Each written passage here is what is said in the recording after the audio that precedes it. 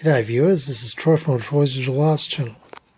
Well, I've made significant progress with my homemade large format bellows camera today.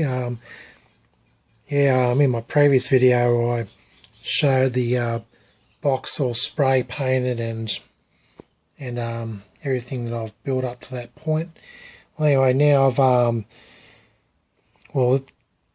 in the afternoon I've been pretty much working on getting this lens sort of mounted onto a rackable slider and mounted onto the bellows. Anyway, I've done that. I used pretty much a one of those I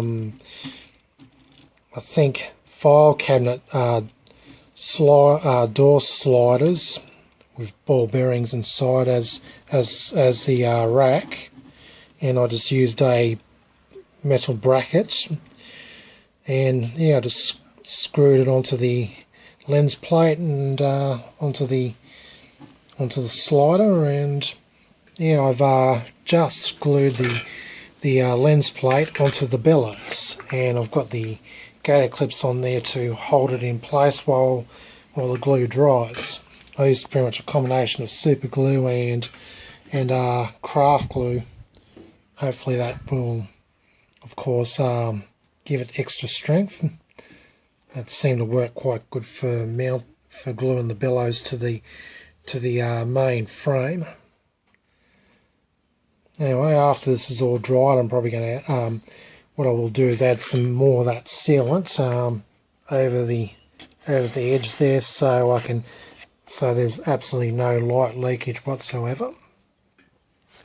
And then I'll spray paint over it to neaten it up a bit, and that will be the bellows and lens rack part of the camera done.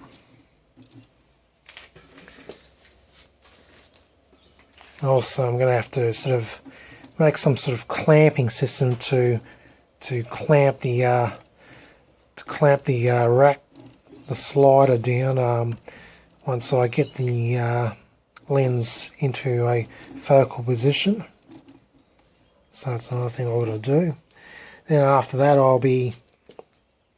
after all that's done, I'm going to be working on making the back for the camera, and I'll have to mount this translucent sheet onto something, which I use. This will be for gauging the focus of the positioning of my camera for the subject I'm going to shoot.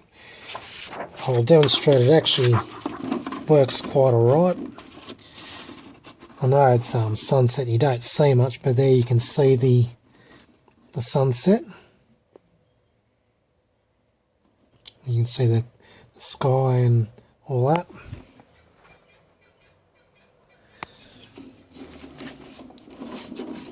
Anyway,